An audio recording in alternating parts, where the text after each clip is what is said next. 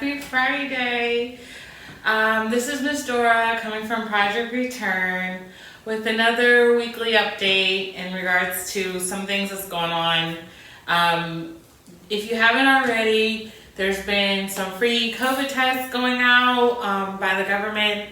There's a website that you can go to, and if you need the information, we have sign-up sheets in the office. If you need any assistance on any of the computers, getting through that, it takes maybe about 5 to 10 minutes, and I'd be more than happy to assist you. So come on by and let me know for those free COVID tests that the government are handing out. I also heard that they're going to be handing out N95 masks because there's been some updates in regards to cloth masks versus N95 masks. So when we get more information on that, we'll also have worksheets out in regards to that information and how you can obtain those free masks as well from the government. But for the most part, that's all the COVID news. Hopefully we're all being safe, we're all being healthy, and we can move past this eventually soon in the future.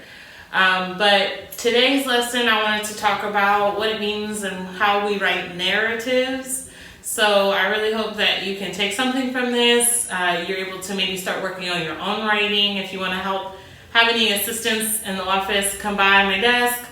I'll be more than happy to walk through some things with you and how we can write maybe 5 sentences to make a paragraph, or how we can make 5 paragraphs to make an essay, things like that as we get bigger. If you have a story that you want to get out, this is a good structure, a good way to kind of build your reading and your writing.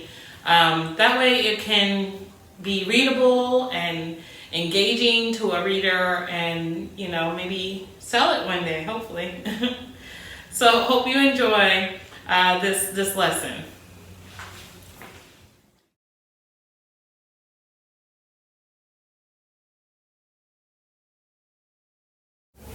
Any kind of story is considered a narrative. It can be a story about when you lost your dog, a story with time travelers and robots, a story of when the first human landed on the moon, or even a story about a wizard school with unicorns and dragons. There are several kinds of narratives. You can have a personal story where you're talking about something more personal, science fiction, which is also known as sci-fi, realistic, something that can be realistic, that can realistically happen but can also be fake. Historical fiction, again, that's something that can be historical but also fake, so something that happened back in time.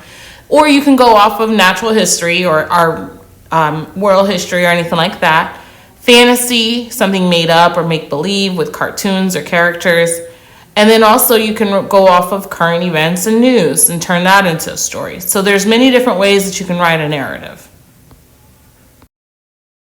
There are several parts to a narrative. First, you have the setting or the setting of the scene, which tells you maybe where it's taking place, what's happening, who is there. Then we go into a problem or introduces something that's happening in the story, not necessarily a problem. Then we have a rising action, which includes maybe where we're going with the story. Is it escalating? Is it telling us more about whatever the scene or setting is? And then we have a climax, which is the peak of the story that kind of gets to the heighten of the reader. And then the story becomes to come down the mountain maybe a little bit and falls. It's calling falling action, where maybe you de-escalate either the problem or situation. And then resolution, it kind of comes out to be the conclusion. How did we fix the problem? How did we overcome whatever the situation was? Was this person happy? Was this person sad? So there's many parts to a narrative. It can be taken in many different ways depending on the type of the story. If I wanted to write a narrative, I would come up with several things. First, I would brainstorm. I would kind of think of some ways that what we're going to write about. I would plan or pre-write. Then I would write an introduction, and then I would write a draft giving many details, and then I would write a final draft and also revise, making sure that it's legible, readable, and understanding to the reader. This is an example that we're going to go through. While I'm brainstorming, I ask myself several questions. What do I want to write about? What I chose to write about for this activity is my recent nature walk. It was cool, and I think that would make a great narrative for some people because of the cool things that I saw. After brainstorming, I would plan and pre-write. I know I need an introduction, I need 3 details, and a conclusion for the paragraph that I'm writing. So my first detail is I went on a nature walk with my class. The second one, we walked around the playground. Third, we walked through the trees. Fourth, then I found a cool leaf. And 5, my nature walk with my class was fun. So if we list them like how I have it here, it may not be that interesting to the reader. So we're going to put it all together and give more details and transition words to make it a little bit more interesting.